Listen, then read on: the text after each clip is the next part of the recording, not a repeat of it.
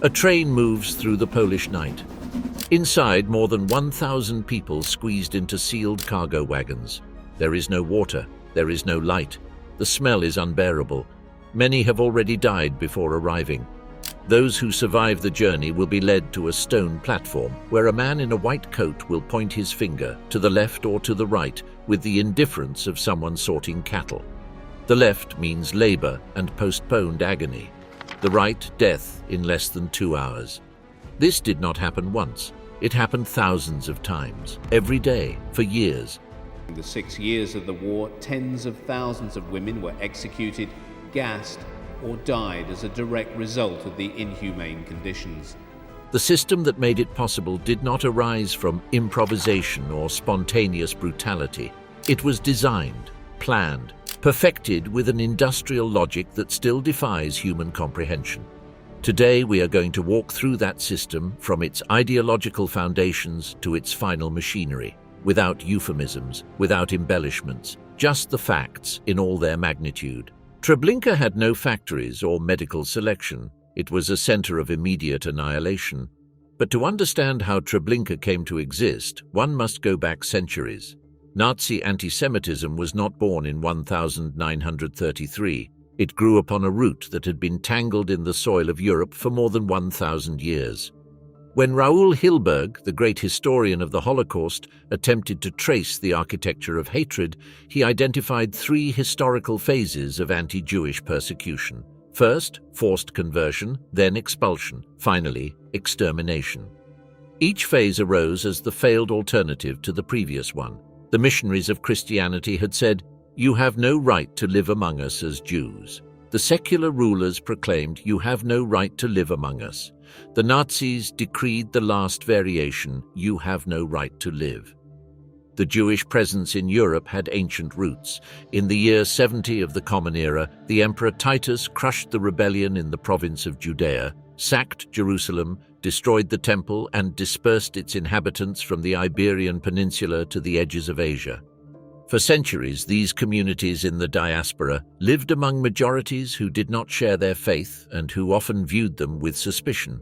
In the year 380, when Christianity became the official religion of the Roman Empire, the Jews were pushed to the margins of social and economic life, excluded from guilds, confined to specific neighborhoods, and subjected to restrictions that had the explicit backing of ecclesiastical authorities.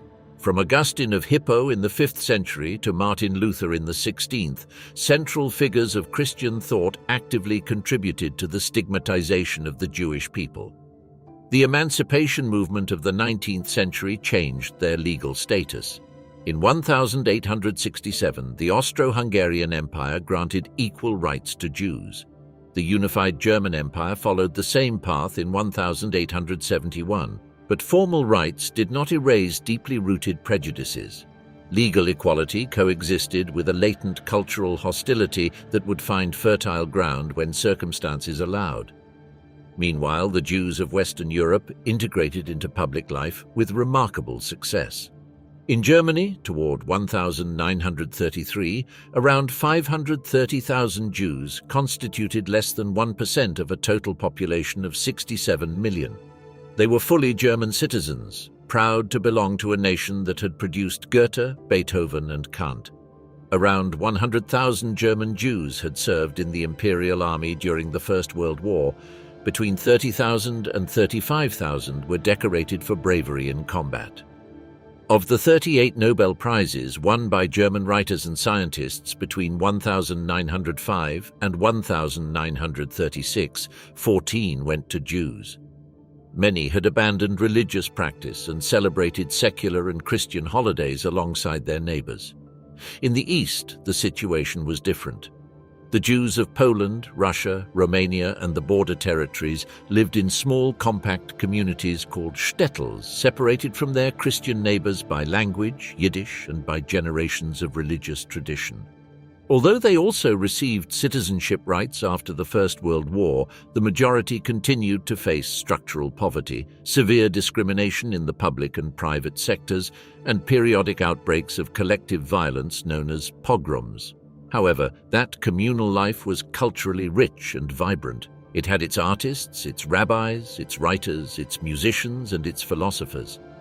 This civilization, both the assimilated one of Berlin and the traditional one of Warsaw, was about to be annihilated, not by a natural catastrophe, not by an epidemic, but by a political decision adopted by men with first and last names, executed by an efficient bureaucracy, and legitimized by an unprecedented propaganda machinery. On January 30, 1933, Adolf Hitler was appointed Chancellor of the Reich. 5 years earlier, the Nazis were nothing more than a marginal party.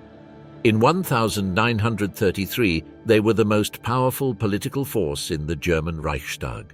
Their rise to power marked the beginning of a systematic anti-Semitic policy that would advance for 6 years with bureaucratic precision. The first blows were swift and visible. In the first 60 days of the Nazi regime, members of the SA, the stormtroopers of the party, attacked people of Jewish appearance in the streets. On April 1, 1933, Hitler organized the first national boycott against Jewish-owned businesses. It was a coordinated operation, and a few made visiting Jewish businesses a deliberate act of silent protest. Just 1 week after the boycott, on April 7, 1933, Hitler promulgated the law for the restoration of the professional civil service. This regulation ordered the mandatory dismissal, with some exceptions, of all Jews and non-Aryans employed in state agencies. Street agitation promoted from the ranks of the party pushed the state bureaucratic apparatus to legislate step by step the restrictions. More than 400 decrees and regulations affecting all aspects of public and private life for Jews were promulgated between 1933 and 1939. They did not all come from Berlin. Local and regional authorities took the initiative on their own, extending the persecution to corners of the country that no central directive had reached. Hundreds of officials at all levels of administration were actively involved. They conceived the rules, drafted them, applied them, and supervised them. The turning point came on September 15, 1935, in the city of Nuremberg during the annual Nazi Party Congress. The Reichstag approved 2 laws that would remain engraved in history as the Nuremberg Laws: the Reich Citizenship Law and the Law for the Protection of German Blood and German Honor. The first established that only individuals of German or kindred blood could be citizens of the Reich. German Jews were reduced overnight to the category of subjects of the state, deprived of basic political rights. The second law criminalized marriage and sexual relations between Jews and non-Jews, defining the latter as racial pollution. It also forbade Jews from employing non-Jewish domestic workers under 45 years of age in their homes. To define who was a Jew, Nazi legislators resorted to religious genealogy 2 generations back. Anyone who had 3 or more grandparents born within the Jewish community was considered a Jew. This definition imposed a Jewish identity on thousands of people who did not consider themselves as such. Converts to Catholicism or Protestantism, even priests, pastors, and nuns suddenly found themselves classified as Jews and stripped of their citizenship. The Nuremberg laws made Jewish identity irrevocable. No profession of faith, no change of surname, and no act could free someone from the destiny the state had assigned to them. Propaganda acted as the psychological arm of these laws. In March 1933, Joseph Goebbels assumed the leadership of the newly created Reich Ministry for Public Enlightenment and Propaganda, with the explicit mandate to ensure that the Nazi message penetrated every corner of German cultural life, from radio newsreels to posters at train stations, from school textbooks to cinema. Jews were systematically portrayed as parasites, as international conspirators, as desecrators of racial purity. This campaign had a precise objective: to convince Germans that the Jews were an enemy within, lurking and dangerous. In parallel, the state expropriated Jewish wealth in a methodical manner. Jews had to register all their assets both in Germany and abroad as a prelude to gradual expropriation. Jewish businesses were Aryanized. Their Jewish workers and managers were dismissed, and their properties transferred to non-Jewish buyers at officially fixed prices far below market value. Between 1933 and 1938, the Aryanization process reduced the number of Jewish-owned businesses in Germany by approximately two-thirds. Toward 1938, the signs of what was coming were increasingly sinister. In January of that year, Jews were forbidden to change their personal names. In August, those who had names that were not considered ethnically identifiable had to adopt the middle name of Israel if they were men, or Sarah if they were women. In October, their passports were invalidated and reissued with a large red-letter J stamped on the cover. On November 7, 1938, Herschel Greenspan, a young Polish Jew living in Paris, shot and killed the German diplomat Ernst vom Rath at the German embassy in retaliation for the expulsion of his parents from Germany. The Nazi leadership seized upon the assassination to orchestrate the most violent night of organized persecution that Germany had witnessed. On the night of November 9–10, 1938, groups of the SA, the SS, and the Hitler Youth attacked Jewish communities across the Reich, burning more than 250 synagogues, many of them irreplaceable architectural gems, destroying thousands of ritual objects, looting businesses and homes, and murdering at least 91 people.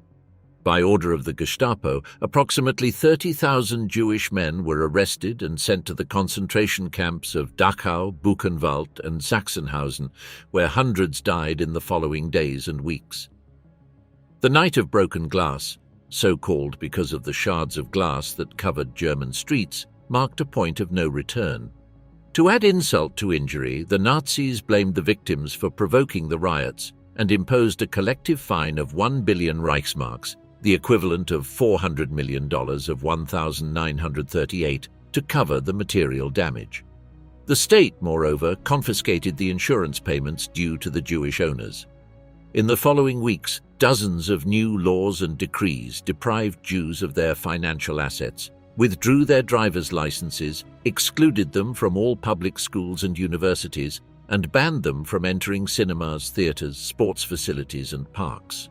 In many cities, sitting on certain public benches and entering zones designated as Aryan was prohibited.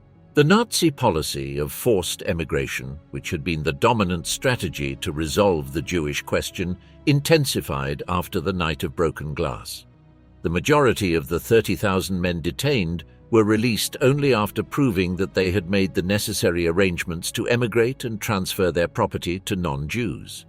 Tens of thousands of Jews lined up outside foreign consulates seeking visas. But the world, for the most part, did not want them. In July 1938, President Franklin D. Roosevelt had convened an international conference in the French city of Évian-les-Bains to address the crisis of Jewish refugees. For 9 days, delegations from 33 countries met at the Hotel Royal. One after another, nations offered expressions of sympathy and then presented excuses for not increasing their immigration quotas. Great Britain kept Palestine closed to mass Jewish immigration. Canada declared a willingness to accept farmers, but German and Austrian Jews were primarily urban professionals. Australia declared that it did not wish to import a racial problem. The United States refused to reduce its bureaucratic demands or increase its quotas. Only the Dominican Republic offered to accept 100,000 Jews. The failure of Evian was devastating. For the Jews of Germany, nothing had improved, and for the Nazi regime, the indifference of Western democracies was a propaganda argument that they exploited with cynicism. If the civilized world did not want the Jews, what could be done with them? Despite all the obstacles, by 1939, approximately half of the German Jewish population and more than two-thirds of Austrian Jews had managed to escape. They settled mainly in Palestine, the United States, and Central and South America. Under the program called Kindertransport, Children's Transport, Great Britain admitted about 10,000 unaccompanied Jewish children between 1938 and 1939. More than 18,000 Jews also found refuge in Shanghai under Japanese control. Those who could not leave in time were trapped when the war extended Nazi dominance across almost all of Europe. On September 1, 1939, the armored divisions of the Wehrmacht crossed the Polish border. In less than a month, Poland had fallen. With that victory, almost 2 million Polish Jews fell under German authority. The magnitude of the problem, from the perspective of Nazi planners, multiplied overnight. They could not expel them. Receiving countries had their borders closed. They could not ignore them. They needed, in principle, a provisional solution. The solution they adopted had a name: ghetto. The Nazis revived the medieval model of European Juderias, neighborhoods where ecclesiastical authorities had confined Jews in earlier centuries, forced to live separated from the Christian population. In the Eastern Europe of the 20th century, ghettos were sections of the poorest neighborhoods in cities and towns, surrounded by barbed wire, wooden fences, or stone walls. In more rural areas, the ghetto could encompass the entire town without any type of fencing. The German administration established ghettos mainly in Poland between 1940 and 1943, and subsequently in Hungary in 1944. The conditions were deliberately inhuman. The overcrowding was extreme. The Warsaw Ghetto, for example, concentrated more than 400,000 people in an area of just 3.4 square kilometers, where several families lived per room. There was not enough heating during Polish winters, where temperatures regularly drop below -15 degrees. Electricity was rationed or non-existent. Sanitation was practically null. Food rations, deliberately calculated below the minimum for subsistence, barely reached between 180 and 220 calories daily for Jews, compared to the more than 2,600 received by non-Jewish Poles. Tuberculosis, typhus, and dysentery decimated the population. In the Warsaw Ghetto, between 1940 and 1943, between 80,000 and 100,000 people died of hunger and disease before the mass deportations began. The Lodz Ghetto, the second largest, was hermetically sealed in May 1940 and incorporated into the industrial system of the Reich. Its 160,000 inhabitants produced military uniforms, furniture, and war material for the German war machinery, while dying of exhaustion and hunger. Moish Fellman, a 13-year-old boy from Sokolo Podlaski in central Poland, lived through the pattern that was repeated across hundreds of towns. German troops entered his city on September 20, 1939. 3 days later, they burned down the main synagogue. They confiscated the family grain business. In the following 2 years, they imposed increasingly severe restrictions, forcing Jews to wear the Star of David sewn onto their clothes. On September 28, 1941, they established the ghetto. A year later, during the Day of Atonement, the raids began. Those who resisted or tried to hide were shot on the spot. Moish, his mother, and his sister were shoved into a train wagon. On September 22, 1942, they arrived at the Treblinka extermination camp. Moish was 16 years old. Meanwhile, Nazi planners deliberated on the final fate of all Jews under their control. They had considered the option of establishing a Jewish reservation in the Lublin-Nisko region of eastern Poland, but the idea was abandoned. They had contemplated deporting all European Jews to Madagascar, the large French island in the Indian Ocean. That plan required the defeat or neutrality of Great Britain, which never materialized. By mid-1941, with the imminent invasion of the Soviet Union, the perspective had radicalized completely. The war in the East would not be a conventional war. On June 22, 1941, Nazi Germany broke the Non-Aggression Pact with the Soviet Union and initiated Operation Barbarossa, the most massive invasion in military history. 3 million German soldiers advanced along a front of more than 3,000 kilometers. For Nazi planners, this war was not just territorial. It was the apocalyptic confrontation between the Aryan German and the Jewish Bolshevik, the struggle that, according to Nazi ideology, determined the fate of the race and of civilization. The orders received by the German vanguard units were explicit: identify and annihilate all possible enemies, especially Jews, Roma gypsies, Communist Party cadres, and anyone who could organize resistance. To execute these orders, special formations called Einsatzgruppen, mobile operations groups, composed of SS personnel and police, were deployed behind army lines. There were 4 units designated A, B, C, and D, with a total of between 3,000 and rectangles 4,000 personnel, reinforced by units of the Order Police and by local auxiliaries recruited among Ukrainian, Lithuanian, Latvian, and Belarusian populations. In the first weeks, the Einsatzgruppen shot mainly Jewish men of military age, but toward the end of July 1941, the orders were expanded. Entire Jewish communities were to be annihilated, without distinction of age or sex, men, women, the elderly, children. The executions followed a pattern repeated with macabre regularity. Jews received the order to report to a meeting point with their documents and personal belongings, supposedly to be resettled.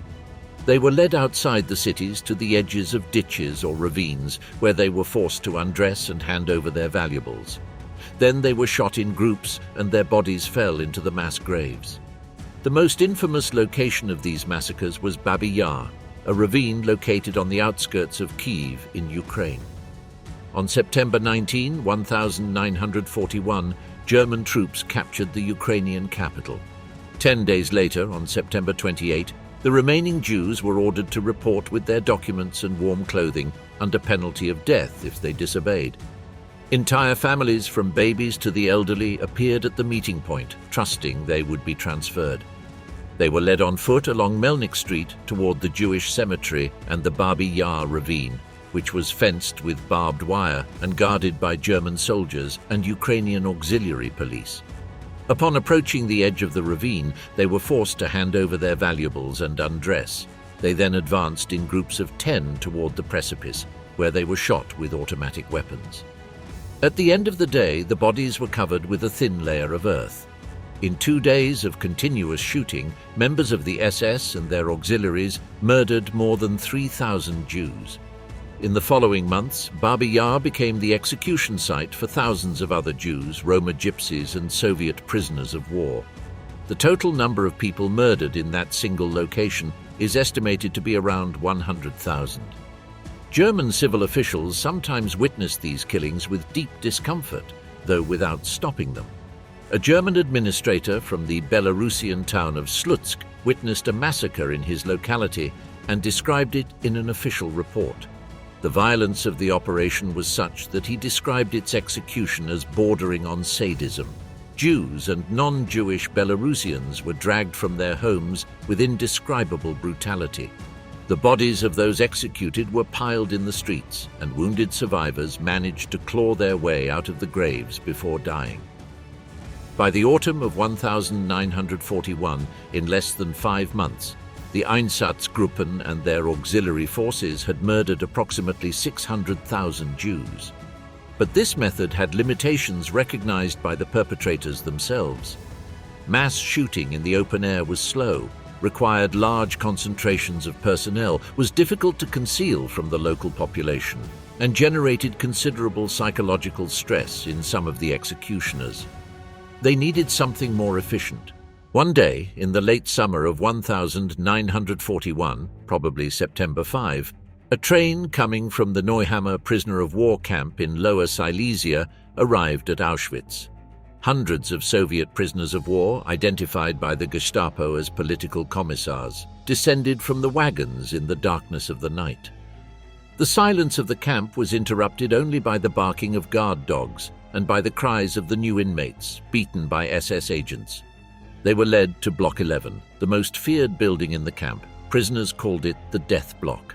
It was the torture and execution center of the SS, and that night it would become the setting for an experiment that would change the history of extermination. The Auschwitz SS had decided to experiment with poisonous gas. The inspiration came from the T4 euthanasia program, which since 1939 had been murdering people with physical and mental disabilities in gassing installations in Germany. They chose prussic acid, known commercially as Zyklon B, which concentration camps had been using for some time to fumigate buildings infested with parasites. It was simpler to use than carbon monoxide. It required no pipes or cylinders. It was enough to dump the granules into a sealed chamber. The first lethal test had taken place toward the end of August 1941, when camp leader Karl Fritsch executed a small group of Soviet prisoners with Zyklon B commander Rudolf Höss, who reached the position of Auschwitz from an SS career that had passed through the Dachau and Sachsenhausen camps, approved a wider test. The basement of Block 11 was sealed, the doors were reinforced, and the windows bricked up with cement. That night in early September, the Soviets arrived from Neuhammer, were led to that basement, along with some 250 sick and disabled people selected from the camp infirmary. Once all the prisoners were gathered in the basement, the SS threw Zyklon B crystals inside and locked the doors. Upon contact with the warm air and the bodies of the captives, the highly toxic prussic acid began to release. Desperate cries were heard immediately, reaching the adjacent barracks. The gas quickly destroyed the mucous membranes of the victims and penetrated the bloodstream, suffocating them from within. Some of the men stuffed pieces of cloth into their mouths to try to block the gas. None survived. The Polish prisoner Adam Zakarski, who had to enter the basement afterward to remove the corpses, stated years later, "The scene was truly terrifying, because you could see that those people had scratched and bitten each other in a fit of madness before dying. Many had their uniforms torn. Although I had already grown used to seeing some macabre scenes in the camp, at the sight of all those murdered men, I felt dizzy and started vomiting uncontrollably." Commander Höss, who had supervised the operation from the outside with other SS agents, was satisfied. Hundreds of prisoners had been executed without a single agent having to shoot. But the practical Höss saw room for improvement. Block 11 was too far from the crematorium, forcing them to drag the corpses across the entire camp. Furthermore, it lacked its own ventilation. The building took a long time to air out, and when the prisoners went down to remove the corpses, these, bloated and rigid, were already in an advanced state of decomposition. To make the massacre more efficient, the SS moved the gas chambers to the morgue of the main camp crematorium. The morgue was outside the immediate perimeter of the camp, which meant fewer unwanted witnesses among regular prisoners. It had capacity for hundreds of people and featured a mechanical ventilation system. The doors were reinforced and holes were made in the ceiling to introduce the Zyklon B from the roof. Next to the chamber, the adjacent crematorium ovens would allow the corpses to be incinerated in the same place. The Auschwitz SS had created the prototype of the death factory. The first mass test in the morgue of the crematorium took place in mid-September 1941. 900 Soviet prisoners of war were gassed. Commander Höss observed the process. When the first prisoners realized what was happening and shouted, "Gas!" there was a wave of panic and shoving toward the doors. But the doors held. Incinerating all the bodies took several days. Höss remained convinced of the efficacy of the system. He would write later, "That left me more at ease because we could all be spared the bloodbaths." His macabre reasoning also argued that the gas was kinder to the victims, deliberately ignoring the documented agony of tens of minutes suffered by anyone locked in those chambers. The news of the method spread through the concentration camp system. Mauthausen built its own gas chamber at the end of 1941, where in May 1942, 231 Soviet prisoners were executed with Zyklon B. Sachsenhausen also added a gas chamber. In Neuengamme, in the autumn of 1942, 450 Soviet prisoners were killed by throwing Zyklon B granules into a bunker. Auschwitz, however, would follow a path radically different from that of any other camp. What had begun here as an experiment with prisoners of war would become the center of the largest mass murder in history. On January 20, 1940 played 15 high-ranking officials of the Nazi Party, the SS and the German state apparatus met in an elegant villa located in the Berlin suburb of Wannsee on the shores of a lake. The meeting lasted barely an hour and a half, including lunch. There was no deliberation on whether to undertake the extermination of European Jews. That decision had already been made. What was discussed was the mechanics and logistics necessary to execute it.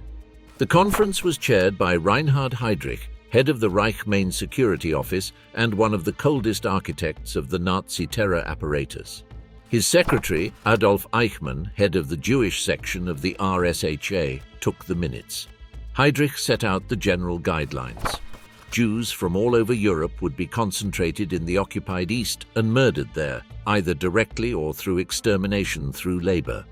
Nazi planners contemplated that the final solution should ultimately reach 11 million Jews, from Ireland to the Urals, from Scandinavia to Spain. There was no protest. No participant refused. More than half of the conference attendees held doctoral degrees. The Wannsee Conference was not the moment when the Holocaust was decided. It was the moment when the decision already made was coordinated among the different arms of the German state. By then, the massacres of the Einsatzgruppen in the Soviet Union had been occurring for months. The Chelmnau extermination camp had begun operations on December 8, 1941, and the first gas chambers in Auschwitz were already working. 6 days after Wannsee, on January 26, 1942, Heinrich Himmler sent a telex to Richard Gluck's, inspector of concentration camps, with instructions to prepare the camps to receive 100,000 Jewish men and up to 50,000 Jewish women in the next 4 weeks. The notation in Himmler's personal diary for a call he made that same day to Reinhard Heydrich in Prague read simply, "Jews in the concentration camp."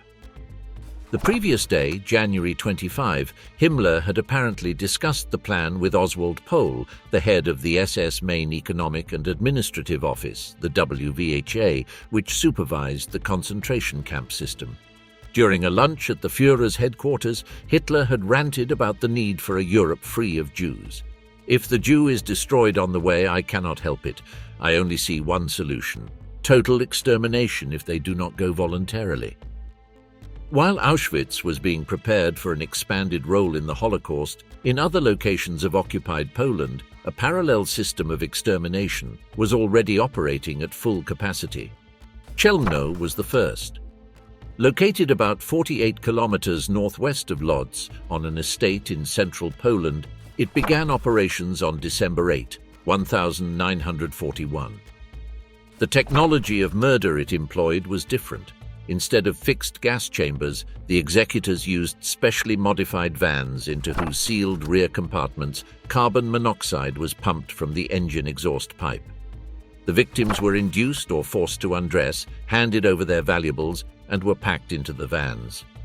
The engineers and mechanics sealed the vehicles hermetically and reconfigured the exhaust system so that the deadly gases filled the rear compartment. The van started. By the time it reached its destination, all the occupants were dead. Between December 1941 and July 1944, the killers of Chelmnau killed 156,000 people, mostly Jews, but also some 5,000 Roma gypsies.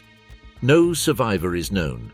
In 1942, in the general government, the Polish territory administered directly by the Nazis, SS Obergruppenführer Odilo Globoknik, commander of the SS and police for the Lublin district, supervised the construction of 3 new extermination camps.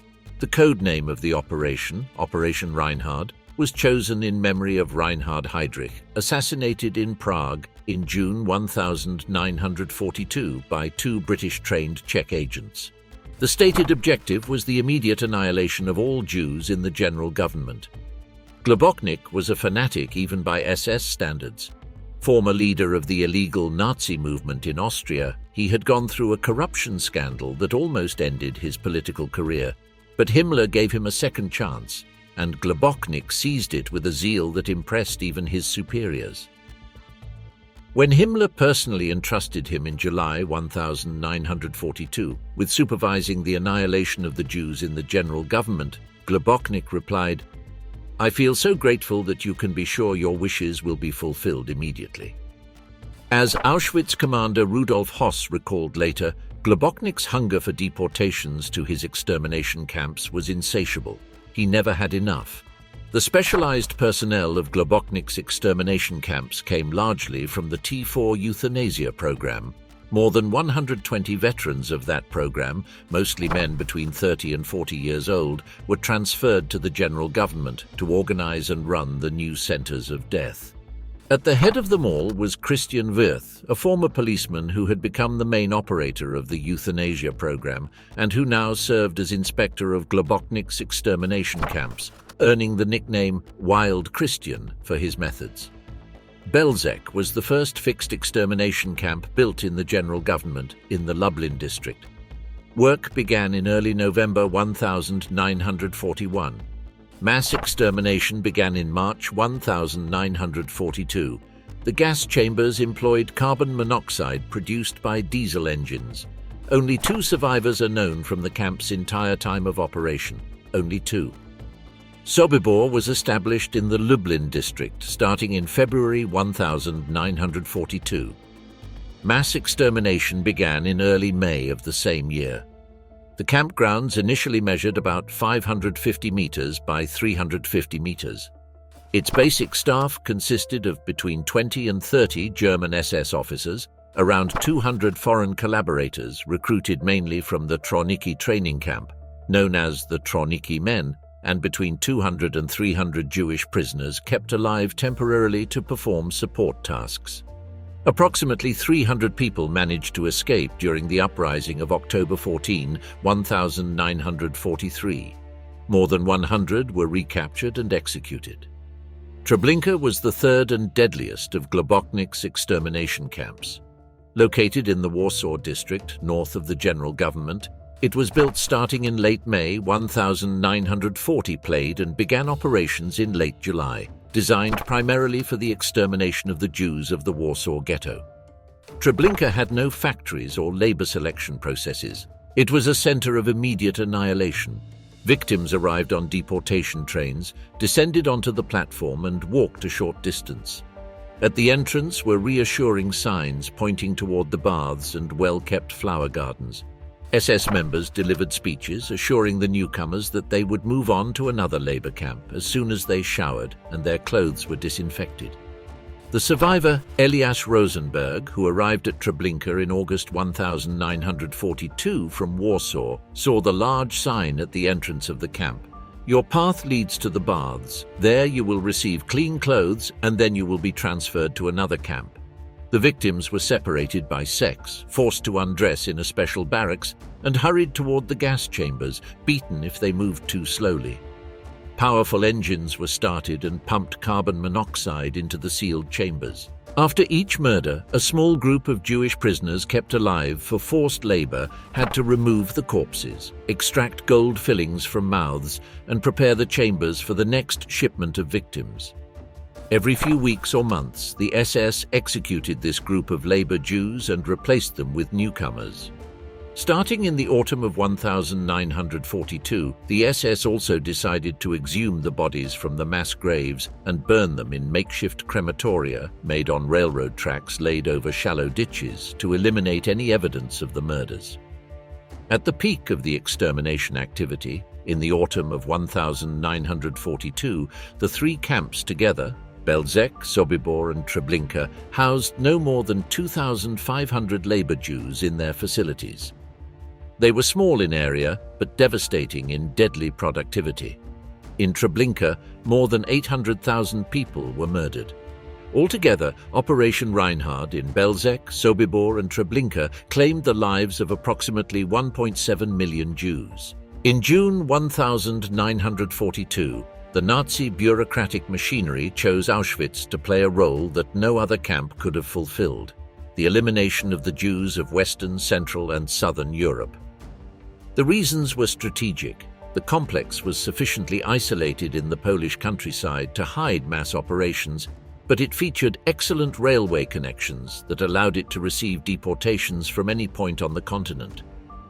The Auschwitz complex was divided into 3 main facilities. Auschwitz First, the original camp with its brick barracks, began operating officially on June 14, 1940 to intern Polish political prisoners.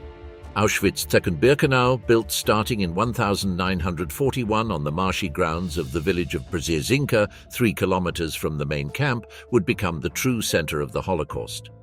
Auschwitz III Monowitz, established near the chemical plant of the IG Farben Company, functioned as a slave labor camp.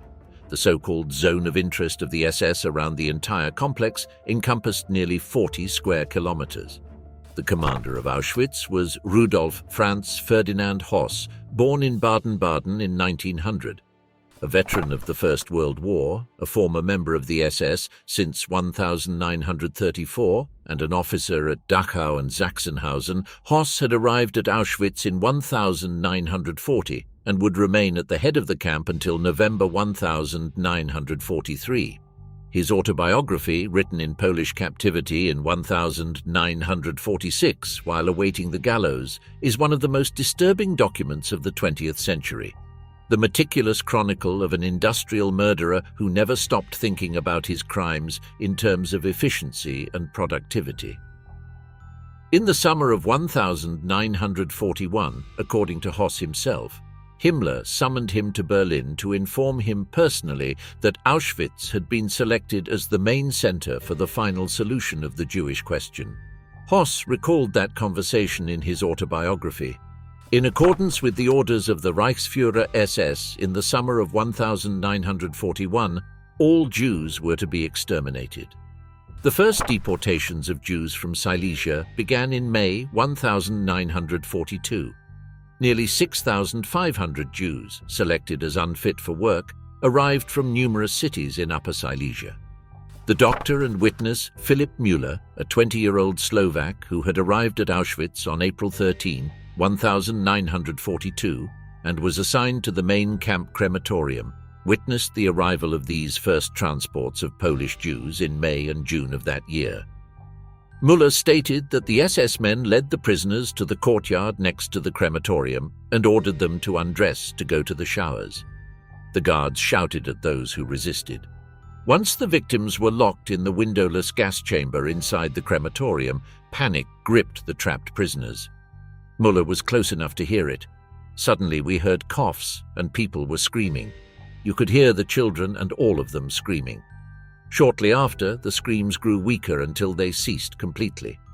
To manage the growing volume of deportees, the SS built 2 additional gassing facilities on the wooded grounds of Birkenau, the so-called Red House or Bunker 1, a farmhouse converted into a gas chamber with bricked-up windows and holes in the walls to introduce the Zyklon B granules, which probably entered operation toward the mid to late May 1942. A few months later, a second converted farmhouse, the White House or Bunker 2, began operating in late June or early July 1942. The summer of 1942 was the moment of the great escalation. Deportation trains from all over Western Europe began arriving at Auschwitz, starting in July. The convoys, which routinely carried around 1,000 people packed into cargo wagons, arrived at the camp every day. Occasionally, 2 trains arrived on the same day. In total, more than 600,000 Jews were transported to Auschwitz during July and August, 1,942 alone from France, Poland, the Netherlands, Belgium, Slovakia, and Croatia. On June 11, 1942, RSAA officials headed by Adolf Eichmann met in Berlin to plan deportations on a European scale. Himmler had ordered the deportation of groups of Jewish men and women for forced labor in Auschwitz. The detailed instructions included that the transports should carry primarily young Jews between 16 and 40 years old fit for work, but could include up to 10% who were not. The fate of that 10% was perfectly clear to everyone present. The selection process on the platform at Auschwitz became one of the most sinister rituals in history. Trains arrived and prisoners descended onto the platform of the dead track, often after several days of travel without water or food. The SS immediately separated men and women. An SS doctor, or on occasions Höss himself, walked down the line pointing with his finger or with a gesture of his hand. To the right, those who could work. To the left, those who would be sent directly to the gas chambers. On average, only 20% of the deportees were selected for forced labor and registered as camp prisoners. The remaining 80% went directly to die. The sick, the elderly, pregnant women and children were systematically sent to the left. All children and adolescents under 15 years of age who arrived at Auschwitz were sent almost automatically to the gas chambers. Those who were going to die did not always know it. The smoking chimneys of the crematoria and the smell of burning flesh that permeated the camp were ominous signs, but the SS maintained the deception until the last moment. The column of the condemned marched the approximately 3 kilometers from the platform to the extermination facilities of Birkenau. The SS men asked polite questions about the professions and origins of the deportees. They told them they were going to be disinfected before being assigned to their barracks. An ambulance closed the column, which reassured those who interpreted its presence as a sign that there would be medical attention. In reality, the ambulance transported the doctor who would supervise the gassing and the cans of Zyklon B. Upon arriving at the facility, the first impression was reassuring. A small farmhouse surrounded by fruit trees and 2 wooden barracks where they could leave their clothing. The signs on the doors said, "To the baths." Men, women and children were piled inside. Those who resisted entering were shot on the spot or beaten until they gave in. Once the rooms were packed, the heavy doors were sealed hermetically. The SS doctor ordered his assistant to throw the gas. SS Hauptsturmführer Johann Paul Kremer, who supervised numerous gassings in the autumn of 1942, stated after the war that he would leave the place when the screams and the noise of the victims had quieted. Outside the bunkers, members of the Sonderkommando, the Special Commando, a group of Jewish prisoners forced to collaborate in the extermination process under threat of immediate death, could hear the struggle against death that lasted several minutes. Some of those in agony threw themselves against the doors, sometimes breaking the glass of the peepholes and crushing other prisoners who lay on the floor. Sometimes the chambers were so packed that some prisoners had to wait their turn outside, listening to the screams of those dying inside, awaiting their own death for hours. Leutnant Langfuss, a member of the Sonderkommando who buried notes on the grounds of the Auschwitz crematorium and whose words were recovered after the war, wrote, "If you have not lived it, you cannot imagine it, not even remotely. Once the noise stopped, the doors remained closed for hours, often all night, because the bunkers had no mechanical ventilation. When they were finally opened, the Sonderkommando entered wearing gas masks. The prisoner Shlomo Dragon, who was part of the Sonderkommando in December 1942, testified that upon entering it was very hot and you could notice the gas dot. The prisoners dragged the corpses tangled with one another toward the outside. SS Hauptscharführer Otto Moll, supervisor of the extermination operations, personally showed the new members of the Sonderkommando how to handle the bodies. He rolled up his shirt sleeves and threw corpses toward the yard through the door. On the outside, other members of the Sonderkommando stripped the dead of valuables. They cut the hair from the corpses, which would be used later to manufacture felt and stuffing for mattresses in Germany. And the so-called dentists opened the foam-covered mouths to extract gold teeth with pliers. Toward the summer of 1942, the volume of corpses exceeded management capacity. The original crematoria were not working. The bodies of the Jews gassed in Birkenau began to accumulate in open ditches in the birch forest. With the summer heat, the grounds permeated with a nauseating smell worried the camp managers. The decomposing corpses overflowed from the pits and threatened to contaminate the water tables of the region. Recourse was then made to burning pits, open-air pyres where bodies burned without rest. SS Standartenführer Paul Blobel, a veteran of extermination in the Soviet Union and an expert in corpse disposal, was sent to Auschwitz to standardize the procedure, burn the dead in pits, grind the bones with heavy machinery, and disperse the remains. The ashes and bone fragments were thrown into rivers and wetlands. They were also used to cover roads in winter and fertilize Himmler's experimental fields on the campgrounds. In the autumn of 1942, the SS ordered the Sonderkommando to exhume all the corpses previously buried in Birkenau. For several weeks, the prisoners worked without rest, day and night, unearthing the decomposing bodies with their bare hands. Erko Hedgeblum, one of the survivors of that task, described the work. "We moved in a mixture of mud and decomposing corpses. We would have needed masks. The bodies seemed to rise toward the surface. It was as if the earth were returning them."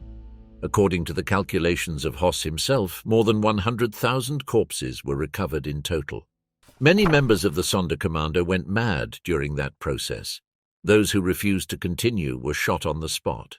By the time Himmler visited Auschwitz in mid-1942, it was evident that the farmhouses converted into gas chambers and the makeshift burning pits were not sustainable solutions for the volume of deportations being planned. The construction experts of the WVHA who accompanied the SS engineer Hans Kammler agreed that Auschwitz needed permanent, modern and high-capacity facilities. In August 1942, the SS decided to build 4 large crematoria for the Birkenau complex. Together, the 4 new facilities would have the capacity to incinerate 120,000 corpses per month.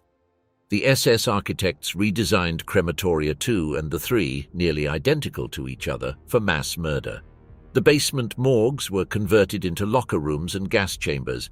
A mechanical ventilation system was installed to extract the gas after the gassings, and a freight elevator was added to move the corpses to the crematorium ovens on the ground floor. Crematoria 4 and V had a more compact design.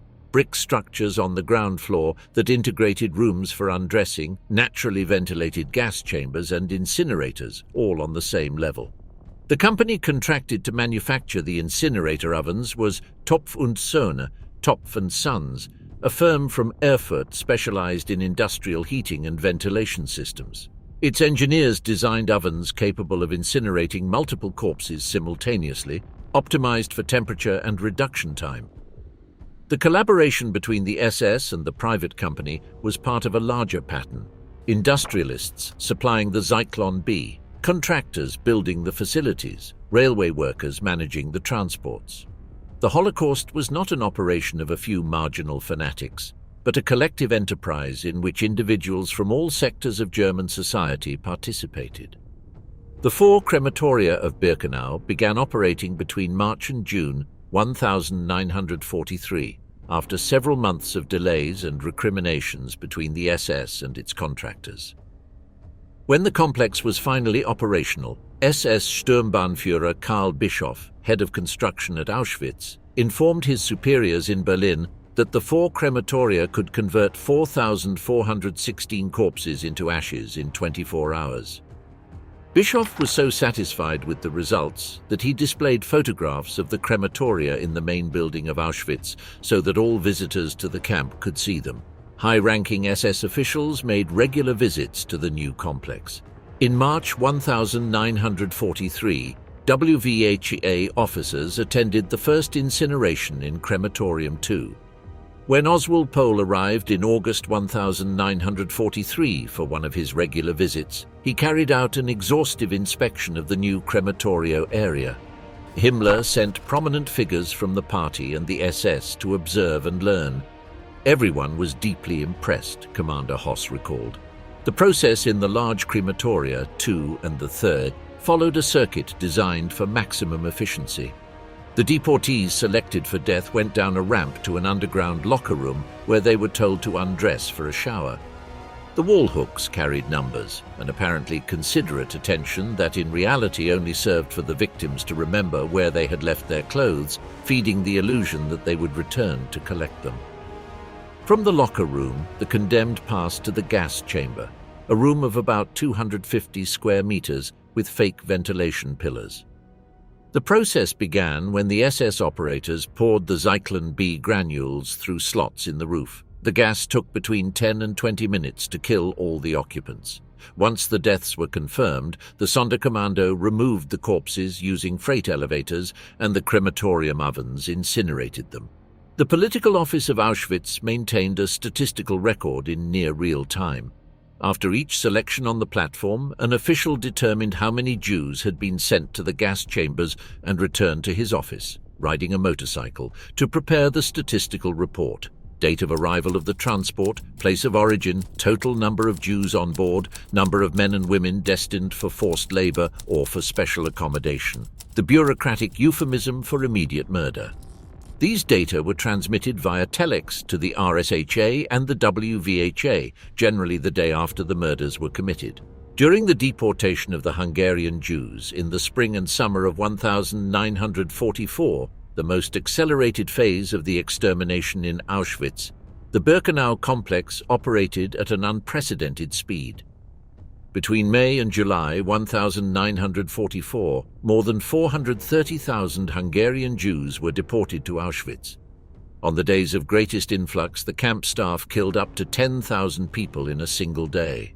The crematoria could not keep up. The burning pits on the campgrounds had to be lit again to burn the corpses that the ovens could not process.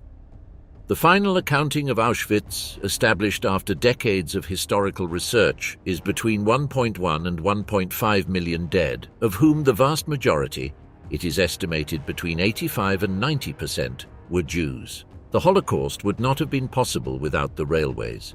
The European railway network was the circulatory system that connected the ghettos of Warsaw, Lodz, Amsterdam, Paris and Budapest with the extermination camps of occupied Poland. The trains that transported the Jews used both cargo and passenger wagons, and the German authorities doubled the number of people who could be packed into each wagon to maximize the efficiency of each trip. The deportees received no information about their destination, the duration of the trip, or what awaited them at the end. They were not provided with water or food, even when the convoys had to wait entire days on dead tracks to yield the right-of-way to military trains. The people sealed in the cargo wagons suffered extreme heat in summer and freezing temperatures in winter. There were no sanitary facilities. A single bucket served for everyone. Weakened by hunger, dehydration, and overcrowding, many died before reaching the camp. The armed guards who accompanied the convoys shot anyone who tried to escape. Railway officials and local station workers could see that large groups of people arrived at isolated stations in the Polish countryside and disappeared into makeshift facilities. They could see that the return trains were empty or loaded with the belongings of the newcomers. Most suspected, and many knew with certainty what was happening. However, there is no record of any railway employee protesting or resigning. Between the autumn of 1941 and the autumn of 1944, the German railway system transported millions of people toward the extermination camps. After the war, despite the documented complicity of hundreds of railway workers, no German transport official was convicted of Nazi crimes. The trains also arrived at the transit stations spread across Western Europe: Drancy in France, Malines in Belgium, Westerbork in the Netherlands. From these transit camps, a constant stream of men, women and children was embarked on convoys destined for the East. In France, with the active collaboration of the French police, nearly 75,000 Jews were deported and murdered. In the Netherlands, the Dutch civil administration, supervised by the Germans, deported about 107,000 of the 140,000 Jews living in the country. Barely a bit more than 5,000 survived. In Belgium, more than 25,000 of the 66,000 resident Jews, more than one-third, were deported and murdered. Foreign and stateless Jews who had sought refuge in Western Europe in the 30s were especially vulnerable. Host countries did not feel obligated to protect them and often considered them an unnecessary burden in times of war. When the Germans demanded Jews to deport, foreign Jews were the first to be handed over. Mass extermination was not passively accepted. Despite conditions of crushing inequality, without weapons, without training, surrounded by the hostility or indifference of the majority of the surrounding population, Jews organized and executed forms of armed resistance in more than 100 ghettos and in several extermination camps. In Warsaw, the largest Jewish concentration in Europe under Nazi control, armed resistance was prepared for months with almost non-existent resources. On April 19, 1943, when German troops commanded by SS Brigadeführer Jürgen Stroop entered the ghetto to proceed with the final deportation of its 40,000 to 70,000 remaining inhabitants, members of the Jewish Combat Organization, in Polish Żydowska Organizacja Bojowa, launched hand grenades and Molotov cocktails against German tanks. Hundreds of Jewish fighters fought in the streets of the ghetto for days. Thousands of residents refused to report to the assembly points for deportation. It was necessary for Stroop's troops to set fire to the ghetto building by building to crush the resistance. The destruction of the Warsaw Ghetto lasted 27 days. The fighters knew that defeat was inevitable. They fought desperately and bravely. In Treblinka, on August 2, 1943, around 1,000 prisoners of the Sonderkommando rose up in arms with whatever they could find, picks, axes, and some weapons stolen from the camp armory. They set fire to the camp. Some 200 prisoners managed to escape. The Germans recaptured and killed approximately half of the fugitives. In Sobibor, on October 14, 1943, prisoners led among others by the Soviet officer Alexander Pechersky killed 11 SS guards and set fire to the camp. About 300 prisoners escaped, breaking their way through the barbed wire and the minefield that surrounded the perimeter. More than 100 were recaptured and executed later. In Auschwitz-Birkenau, on October 7, 1944, prisoners assigned to Crematorium 4 rebelled after learning that they were going to be executed. The Germans crushed the uprising and murdered almost all of the several hundred prisoners involved. In France, the Armée Juive, Jewish Army, a partisan group founded in Toulouse in January 1942, operated around Toulouse, Lyon, Nice, and Paris. Its members smuggled money from Switzerland to support hidden Jews and managed to clandestinely pass more than 500 people into neutral Spain. In Belgium, a Jewish and non-Jewish resistance unit derailed a deportation train in April 1943. In addition to armed resistance, thousands of Jews also resisted in other ways, keeping records, writing diaries, preserving community archives. The team of researchers known as Oyneg Shabes, led by the historian Emanuel Ringelblum in the Warsaw Ghetto, collected testimonies, photographs, documents, and statistics that they buried in metal boxes and milk cans under the ghetto floor. Part of that archive was recovered after the war. The notes buried by Lejb Langfuss and other members of the Auschwitz Sonderkommando in jars and cans around the crematoria were also found after the liberation. These testimonies from inside the machinery of death are documents that historiography could never have obtained from another source. By the end of 1942, the 3 extermination camps of Operation Reinhard had fulfilled their main function, the liquidation of the majority of the Jews of the general government. The SS began to dismantle them. Belzec closed operations in December 1942 and was dismantled in the spring of 1943. Its grounds were ploughed, replanted, and camouflaged as small farms. Treblinka was closed in the autumn of 1943, following the August uprising. Its facilities were destroyed and the surface reconverted. Sobibor was closed at the end of the same year, but the concealment of the crimes also required the elimination of material evidence.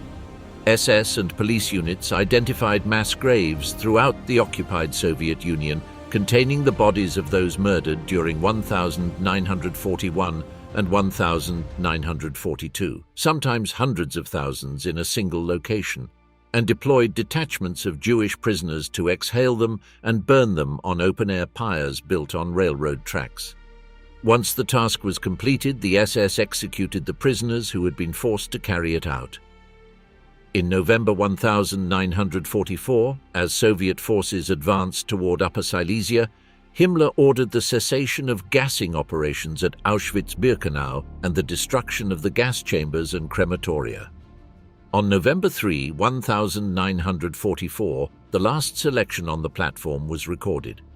In January 1945, when the Red Army troops were just a few days' march away, the SS organized the evacuation of the camps. Columns of prisoners, Jewish and non-Jewish, were launched on forced marches in the middle of the Polish winter, with temperatures dropping to less than -20 degrees, without food, without water, without rest. Any prisoner who could not keep up with the march pace was executed on the spot. The columns that left Auschwitz and the satellite camps in January 1945 included tens of thousands of people. These evacuations went down in history as death marches. On January 27, 1945, soldiers of the 60th Army of the Soviet Union liberated the Auschwitz complex. They found approximately 7,000 surviving prisoners, too sick or weakened to have been evacuated. Half died in the following weeks. Despite the medical attention received, tuberculosis, typhus, and extreme malnutrition had irreversibly damaged their organisms.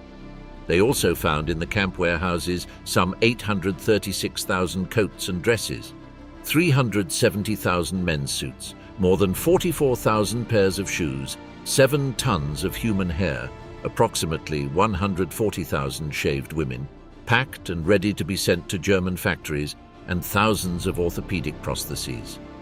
In Bergen-Belsen, liberated by British forces on April 15, 1945, the soldiers found the camp without any type of management. The SS had abandoned effective control days before.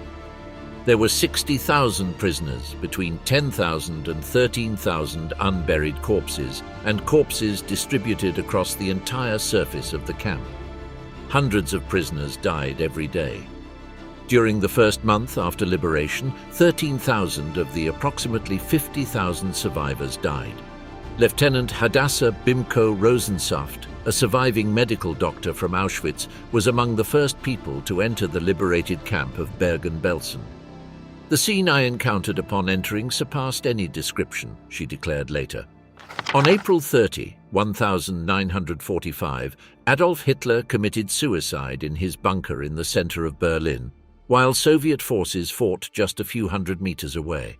On May 7, 1940 played, Nazi Germany signed its unconditional surrender to the Western Allies. On May 9, to the Soviets. The war in Europe had ended. The Nazis and their collaborators from Allied, occupied and subjugated countries murdered between 5 and 6 million European Jews. The exact figure, debated for decades, varies according to the source and methodology, but the order of magnitude is incontestable. Between 60 and 70% of all Jews living in Europe in 1939 were murdered. The most devastated communities were those of Poland, where approximately 3 million Jews died, the Soviet Union between 1 million and 1,500,000, Hungary, about 550,000 people, Romania, between presenters 250,000 and 300,000, and the occupied territories of Western Europe, France, the Netherlands, Belgium, Greece, where the numbers fluctuated according to the degree of collaboration of local governments and the effectiveness of resistance and rescue. Perhaps 1.5 million Jews survived the onslaught. The vast majority did so in territories controlled by Germany's allies, but not by Germany itself, such as Italy before 1943 or Bulgaria, or managed to escape to areas not controlled by the Reich. Those who survived in the camps, in the forests as partisans, hidden with non-Jewish families, or with false documentation, would carry the physical and psychological scars of what they had witnessed for the rest of their lives. What was destroyed was not just a demographic figure, it was the Yiddish culture of Eastern Europe, with centuries of history, literature, music, philosophy, religion, and community life. It was the assimilated Jewish middle class of Berlin, Vienna, Prague, and Budapest, which had contributed disproportionately to European culture in the fields of science, medicine, literature, philosophy, and the arts. The Nobel Prize in Physics of 1905 belonged to Albert Einstein, the one in chemistry of 1906 to Henri Moissan, the one in medicine of 1908 to Elie Metchnikoff, psychoanalysis, the theory of relativity, modern sociology, Keynesian economics. All of it had deep intellectual roots in the European Jewish tradition that was eradicated. Nicholas Waxman, whose monumental work on the Nazi concentration camp system KL, published in 2015, is today an indispensable academic reference. Points out that the disappearance of the Jewish communities of Central and Eastern Europe deprived those national cultures of a dimension that has not been replaced in the 80 years that have passed since the end of the war. The cities that had centuries-old Jewish communities, Warsaw, Vilnius, Lodz, Bialystok, Krakow, Budapest, Thessaloniki, lost a social fabric that would take decades to partially rebuild and that in many cases never existed again. The Nuremberg trials, which began on November 20, 1945, and the subsequent processes held over the following 2 decades, made it possible to establish the documentary record of the crimes and bring some of the main culprits to justice. On April 16, 1947, Rudolf Höss was hanged at Auschwitz in the courtyard of Block 11, the same building where he had supervised the first experimental gassings in 1941. Odilo Globoknik committed suicide in May 1945 when he was captured by the Allies. Adolf Eichmann was captured by the Mossad in Argentina in 1960, tried in Jerusalem, and executed on June 1, 1962. But the majority of the participants, the thousands of officials, policemen, railway workers, bureaucrats, contractors, and local collaborators who had made the system possible, never faced any trial. They returned to their ordinary lives. Many reached positions of influence in post-war Germany. Impunity was the rule, not the exception. The testimony of survivors was, for decades, the main source of understanding the system. Primo Levi, an Auschwitz survivor and writer, described the camp as an inverted factory. Everyday trains arrived packed to the brim with human beings, and all that came out of there were the ashes of their bodies, their hair, or the gold from their teeth. Elie Wiesel, a survivor of the same camp, dedicated his life to ensuring that memory is not extinguished. Imre Kertész, also an Auschwitz survivor, won the Nobel Prize in Literature in 2002. What remain are the archives, the minutes of Wannsee, the statistical reports of the Auschwitz Political Office, the letters between Himmler and the camp commanders, the diaries and notes buried by the Sonderkommando, the registration logs of the railway convoys, and the testimonies of those who somehow survived to tell it. The largest concentration camp ever established by the Germans during the Second World War was closed on January 27, 1945. In the place where Treblinka stood, the Nazis had planted pine trees and sown flowers. In the place of Belzec, they had installed a farm. They tried to erase the maps. They tried to burn the evidence. They tried to silence the witnesses. They did not entirely succeed. Tens of thousands of prisoners survived, emaciated, sick, traumatized, but alive, to bear witness to what they had witnessed. On the grounds of the Auschwitz crematorium, hidden in glass jars buried under the earth, the notes of members of the Sonderkommando appeared after the war, individuals who had died on the spot, but who had wanted to ensure that the world knew what had happened there. Salman Gradowski wrote in one of those notes on September 6, 1944, recovered after the liberation in a jar buried on the grounds of the Auschwitz-Birkenau crematorium. May the world behold at least a drop, a fraction of this tragic world in which we live. The system that made the Holocaust possible was not the fruit of individual madness or a supernatural power. It was the result of the sum of decisions by ordinary people, officials who drafted laws, bureaucrats who signed deportation orders, engineers who designed the ovens, drivers who operated the trains, neighbors who pointed out their Jewish neighbors. Each played their small role inside a machinery so large that no individual could see or chose not to see the whole. Understanding how it was possible is the only way to ensure it never happens again, not as a cliché, as a continuous, demanding and permanent labor. The world is not obliged to forget.